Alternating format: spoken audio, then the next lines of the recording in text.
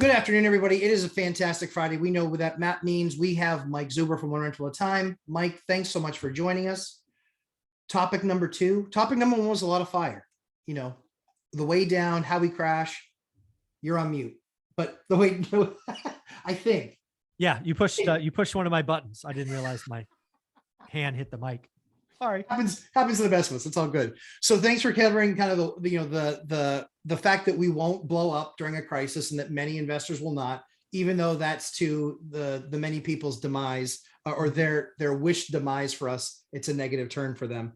But I wanted to talk about financially what we're seeing in the market, because you and I take apart those numbers a lot. You obviously trained economist. Me, I'm a more gut and feel guy. Where I'm just like, yeah, that number doesn't feel right at all. And then we talk about it and you kind of back in the numbers and you're like, yeah, that's not even close. So I wanted to talk about it a little bit, because one of the things that we mentioned yesterday with the three amigos was talking about how a lot of our tenants, even right now, I've gotten more requests in the last 90 days for tenant financial assistance from different programs. I've seen more of it in the last 90 days than I saw through all of COVID. Yeah, I hope people are hearing this. Because I actually reached out to my property manager yesterday evening because I felt it as well, but I wanted to verify it. And it's absolutely true. In the last 90 days, I have had more units ask for financial help than the last 2 years almost combined. Yes. Yeah. Yep. And think about that. Yeah. We have 3.6% unemployment. These are numbers that we hear. Right? 3.6% unemployment, probably going lower. We hear about record savings amounts. We have a 6.2% savings. But in reality, what we are suffering through is mom and dad, right? I can always put myself back at the kitchen table in the 70s. We are repeating the goddamn 70s. And the 70s sucked. It was a time for mom and dads to make very hard choices because their cash, their income didn't go nearly far enough. And seemingly every month, every quarter, it went less far. Yeah. I remember walking through, I think it was called Pack and Save, looking for the cheap ramen noodles. Yeah. Right. When they used to come in those little shrink rack packs and they were like 19 cents each, because that's all we could afford. I remember powdered milk because that's all we could afford. And it just got worse and worse. And we saw the numbers today.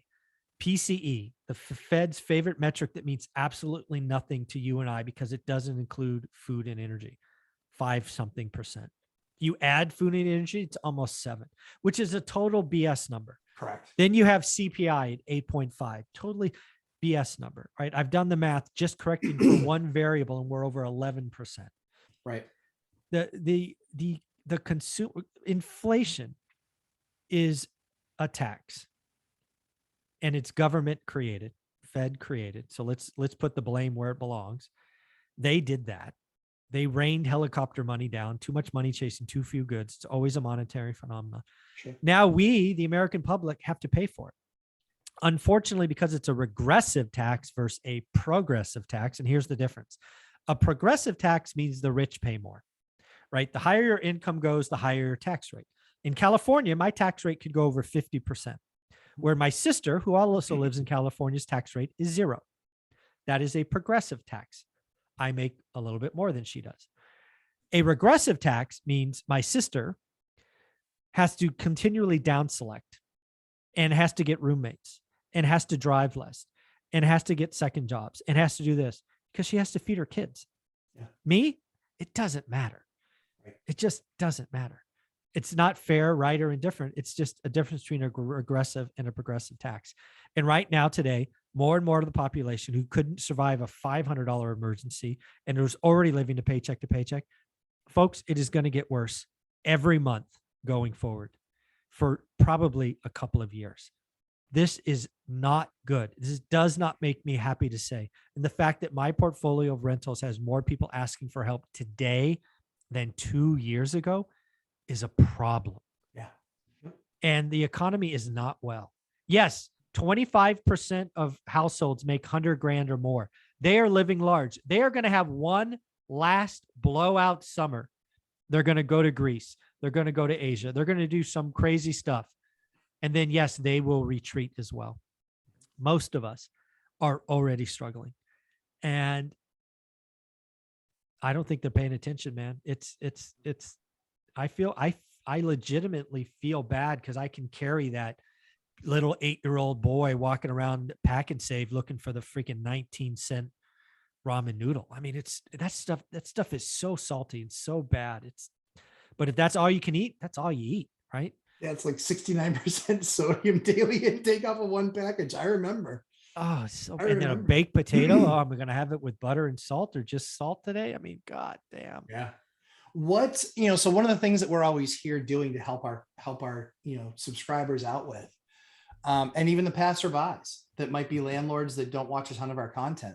But one of the things we always try and help out is kind of we kind of give them the path and what we're doing. Not that they should do the same, but hey, this is what we're doing. How are you preparing? How are you preparing for that? What's the conversation that you're having with your property manager, and you say, all right, we're seeing more requests for support or for programs or whatever. Now, how do we prepare? Because I only expect that to get worse. So how do we then prepare? Yeah, so there's a couple of things. So let's talk to most people watching this, right? So most of you need to focus on your disposable income. It's not your income, it's not your net worth. In a recession, none of those matters. None of those matter. It's how much disposable income. You need to focus on double, tripling, or quadrupling that. And the good news is your disposable income, you could do two things: make more money, spend less money. It is really that simple. Good times never last, bad times never last. And even this deep, dark, long recession won't last forever. Step one, survive. Step two, thrive.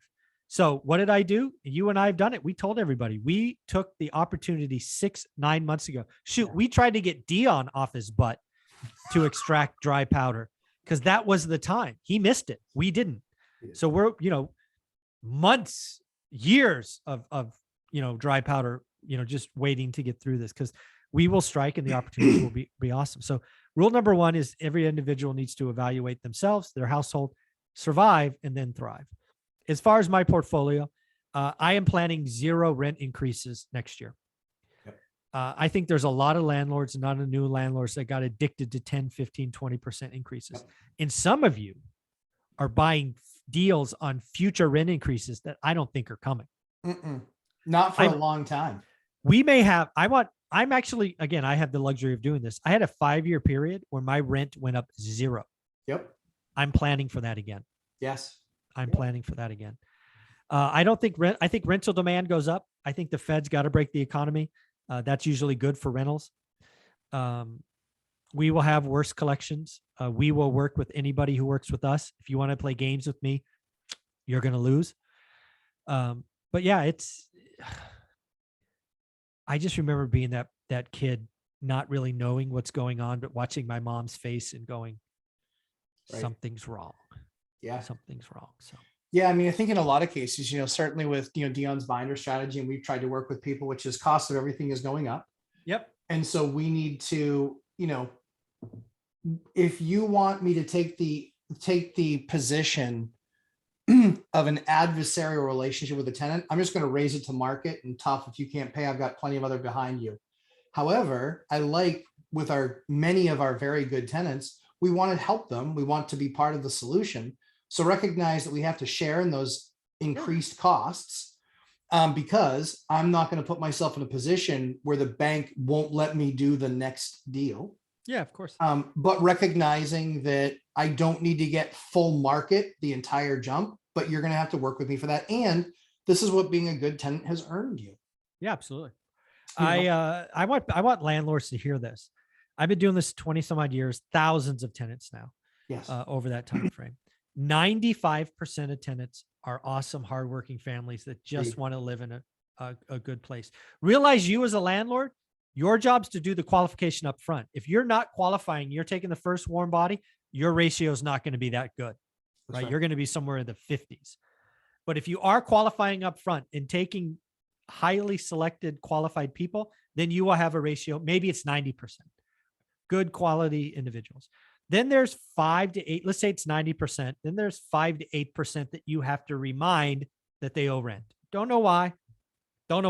Just some people like making late payments. Don't ask me why. And then there's 2 or 3% that for whatever reason, life gets a hold of them, bad relationship decisions, bad addictions, whatever it is. They were great, they qualified, but life happened. And over the years, something goes sideways. You got to get them out. You got to remove cancer, right? Whatever it is. And yeah, if you're, I had a tenant who played games with me during COVID, and it cost me tens of thousands of dollars. And at the end of it, they wanted to make good. And I'm like, nope, sorry, cancer removed. Bye-bye. Yeah. So now they have to report an eviction. Yeah. I hit them for everything, full judgment, lawyer fees, everything legally available. Yeah. They have a judgment on their credit, which I think they last 10 years. Yeah. That's not very fun. No, good luck with that 600 credit score. Exactly. So one of the things to that end that we're kind of recalibrating based on what's going on in the market. We're kind of recalibrating. We're saying, I think we want a better credit score now. Yeah. Because I have more than enough people that want to rent. You definitely tighten up. Your tenant box needs to tighten up. Yep. I don't know where everybody's is, but winter's coming, folks. Yes. It just is. Right. Winter is part of the season. And oh, by the way, the government and the Fed, they try to skip winter or delay winter. Correct. And if you've ever had like you live in the Northeast, I hear these things, but you tell me if it works. I will. And you have one winter that's really light for whatever reason. Yes. What does that mean? The next one? We're like, oh, dear Lord. You're going to get smashed. Yeah. Yep. Well, we delayed a pretty nasty recession in 2020. And I would argue even one in 2018. We're about to get smashed. Yeah. I think the other thing too, is that I think a lot of the new landlords need to hear this.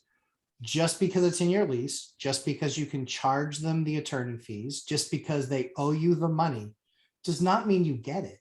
No, You don't get it.